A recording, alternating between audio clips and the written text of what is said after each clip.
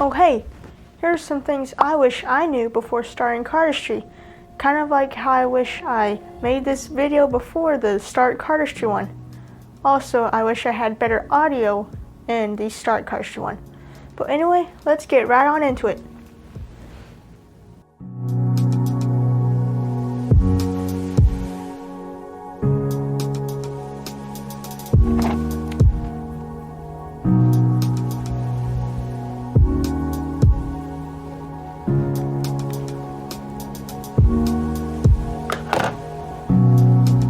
Alright, I'm sorry my handwriting is small and not that good, but I'm going to split this video up into 3 different parts.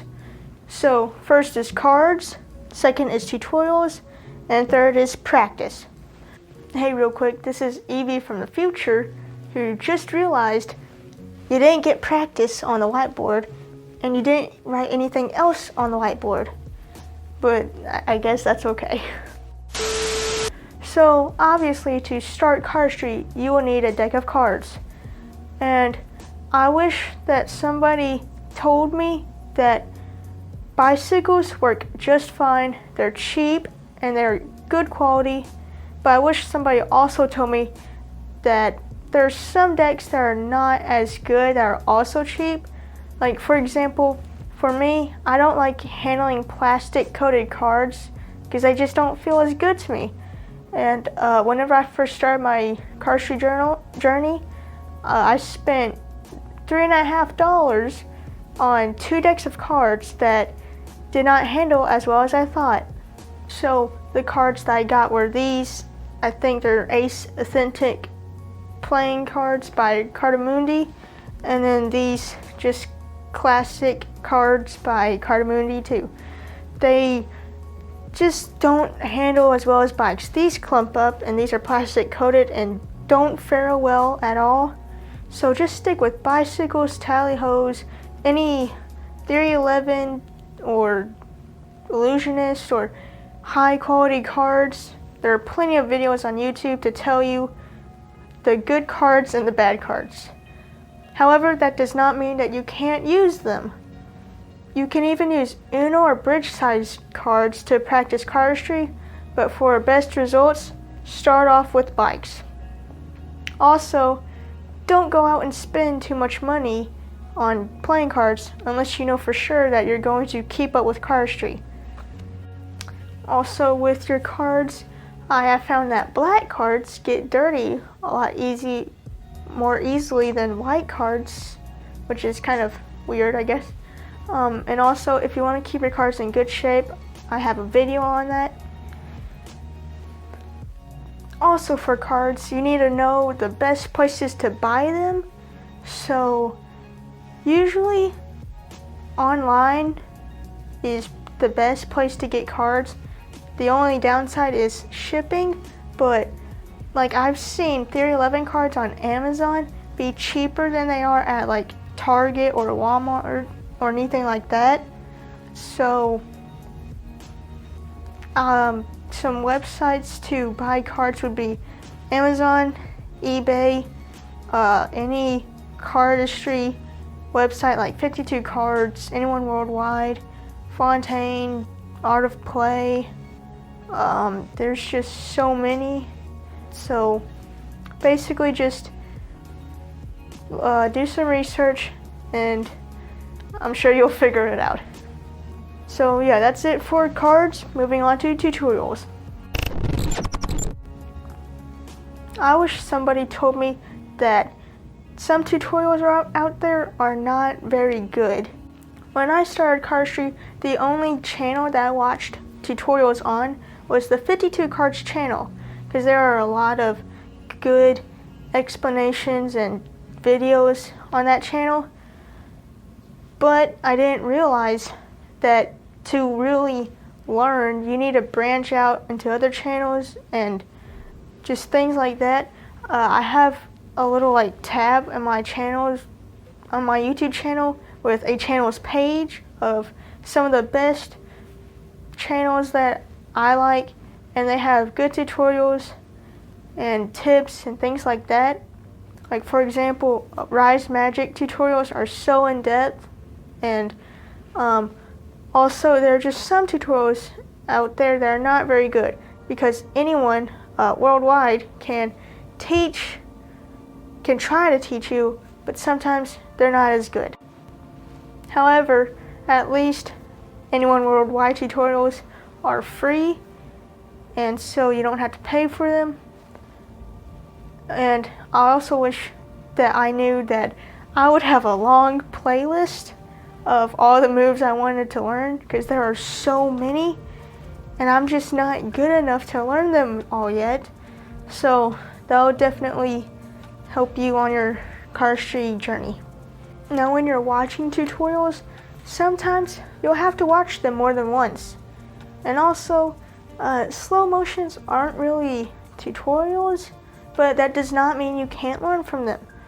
The key thing is to take breaks and look for like small details that whoever's teaching it doesn't mention. And you just really have to like look at where a specific finger may go or a specific grip that the cards are held in, and that's really going to help you. And one of the big things I did not know is that your knowledge of cardistry grows the more experience you get from learning everything. I remember whenever I was a beginner at cardistry, I wanted to learn Virus by Noel Heath, and I could not do it. Now I would say I'm more in the intermediate zone, and I have not mastered it, but I have been able to learn it, and I'm practicing it, and things are just easier to learn with the more experience you are, because you're used to it and things like that. Now for practicing, you want to practice over a soft surface like carpet or bed, so that way if you drop cards, they don't get ruined. And if you drop them on a bed or maybe a table, you can pick them up much more easily. And also for practicing, what I like to do, I mentioned this last video too, is I like to practice it to where I get the muscle memory down, because it will look better smooth. And then once I get it down smooth, I like to set a stopwatch and see how long it takes for the professional cardist to do it, and then see how long it takes me to do it, and compare the times to see how close I am to being fast and good at it.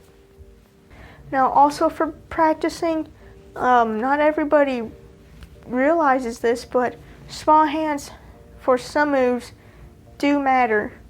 Now, it doesn't mean that you can't do it. It just means that sometimes you have to modify the move or the cut to where it's easier for you to perform it if you have small hands. Now I have a video on troubleshooting 5 cuts if you have small hands, and that includes some modifications that I've had to make. So yeah. Another thing for practicing or just learning, I guess, would be that combo moves and card twirls are usually done in your dominant hand. So for me, I'm right-handed, so they would be done in my right hand. And then the deck for one-handed cuts or bullet or just things like that, where most of the deck is held in your non-dominant hand, because that's your dealing hand.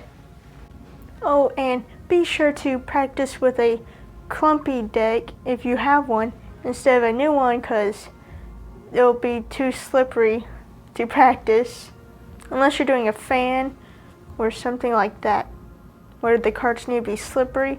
But if you're doing a cut, they need to be clumpy. See, the thing about cardistry is sometimes you can't just get it, and it just takes a lot of practice, days or weeks, depending on what the move is, to get down good, maybe even months, and then some moves, maybe even years, because it's just something that you have to spend a lot of time at. But don't ever get discouraged, because It's really cool. Cardistry is not for everyone, but you can give it a shot. Thank you so much for watching. Be sure to check out my video before this on how to start Cardistry. And thank you so much for watching. Be sure to like, comment, and subscribe, and I'll see you next time.